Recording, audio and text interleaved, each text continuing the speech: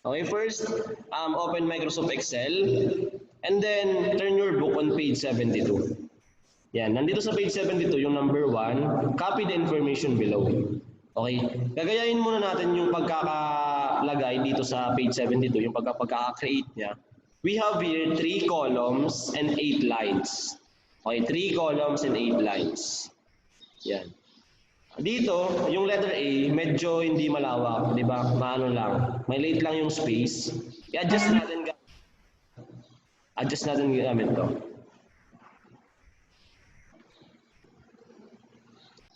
And then yung letter B, i-stretch natin to. Okay, palawakin natin ng konti. And then yung letter C, dyan. Dyan lang tayo, sa katabi na ng letters, yung byline, ida-drag lang natin siya para ma-adjust yung size. And then kailangan natin ng 8 lines. Okay, ito yung nagre-represent ng bawat cells. Yung bawat rectangle natin is called tinatawag nating cells or cell. Yan, dito sa Starbucks Organic Milk Tea, yan, kailangan natin yung 3 columns. Okay, paano mapag-isa yung 3 columns? Just drag or highlight. Okay, highlight natin yung 3 columns. And then click natin yung merge and center. Okay, merge and center. And then, okay na. Isang line na lang, isang column na lang siyang matitingnan. And then, double click. And then, i-type natin yung Starbucks Organic Milk Tea. Okay, Starbucks Organic Milk Tea.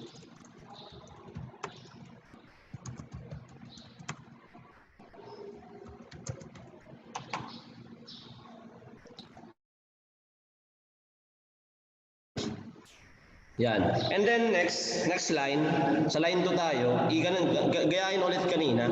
Highlight and then merge center. And then double click. And then type cost of ingredients. Okay. Itong data na to, pinapakita niya yung kanyang computation sa kanyang business. Okay, kung kumita ba siya, meron siyang profit or nalugi, or kung adjustment na ginawa niya para kumita siya. Okay? And then yan okay na. And then sa line 3, column A, line 3, column A, yan. Lagay natin number, okay?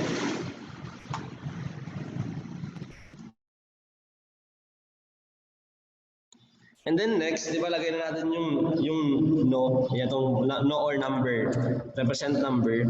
And then click natin yung tab para lumipat lang. Or just click na lang yung cell para malipat siya. Lagay natin ingredient. And then next, lagay natin price per glass. Price per glass.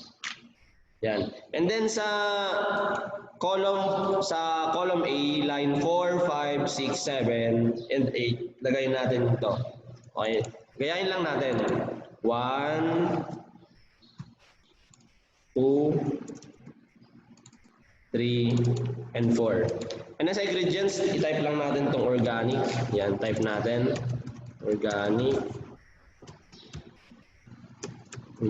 tea. 1 sachet.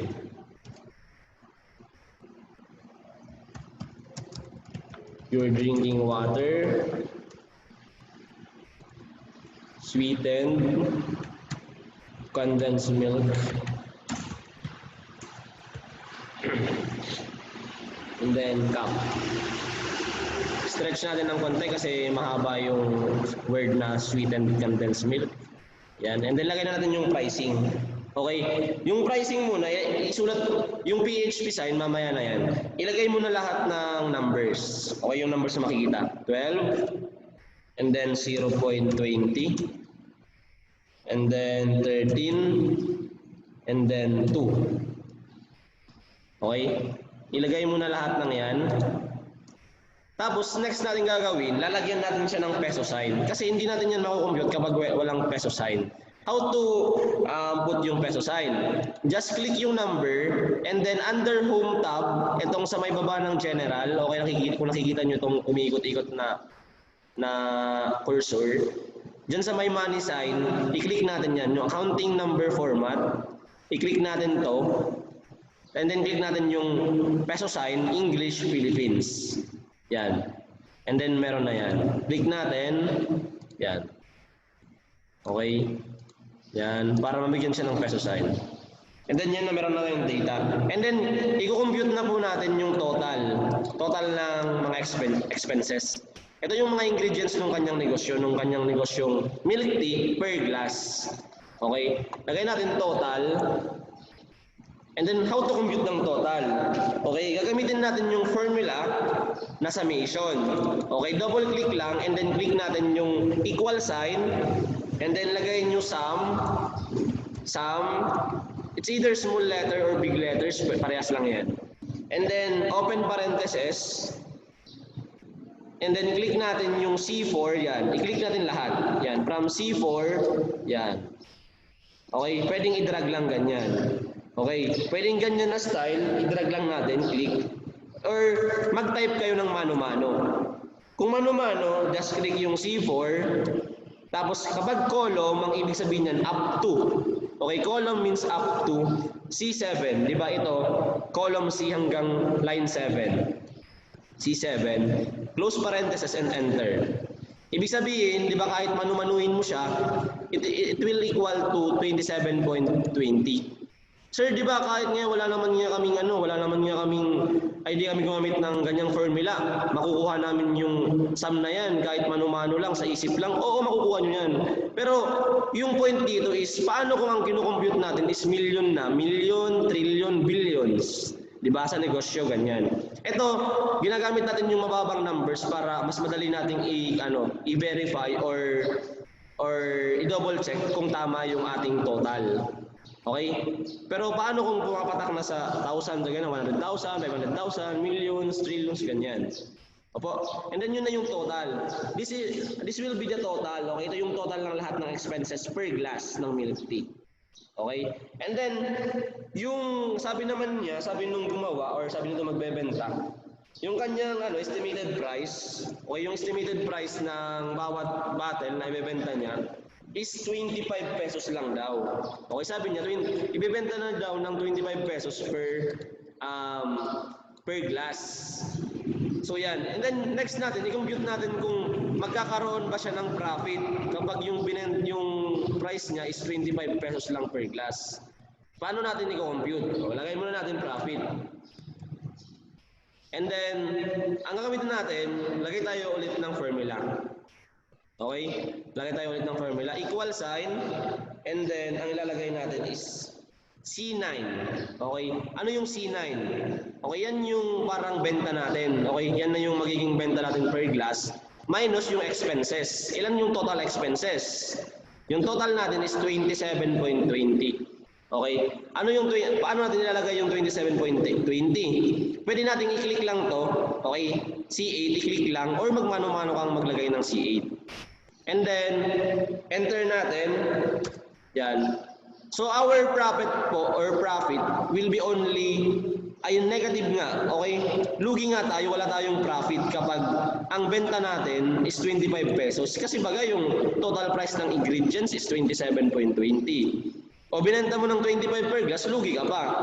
Okay? Tapos sabi naman ng owner, what if gawin ko nga siyang, gawin natin siyang 35 pesos per glass. Sabi niya, tingnan ko nga kung sa 35 pesos ngayon per glass, kikita na nga ako. So ang ginawa niya, naglagay siya ng adjusted sale price dyan sa column B, line 12. Nilagay niya, adjusted, wait lang, adjusted sale price.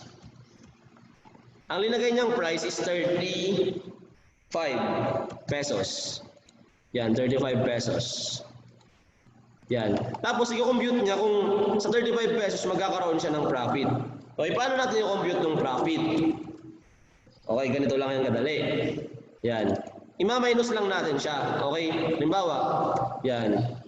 I-click natin to, 35 pesos, C12 siya. And then minus yung total number of expenses. Ilan yung total number of expenses natin? Is 27.20. Yan, click lang natin. And then enter. Okay, sa price ng 35, kikita siya ng 7.80 per glass. Ibig sabihin, positive na yung result, ibig sabihin, kumikita na siya or kikita na siya per glass. Okay? Kaya hindi pwedeng 25 lang yung presyo niya kasi lugi siya. Ang kailangan niyang maging presyo is 35 pesos per glass para kumita siya ng 7.80 pesos. Okay? And then after nito, okay, save po natin siya. Okay? Control S. And then i-save natin sa desktop na lang para mas madaling mahanap. Save sa desktop. Then ang file name natin is L4 list of ingredients. Yan. List of ingredients and then click natin yung save. Save natin kasi gagamitin pa natin yan sa susunod pang mga activity sa Excel. Okay po?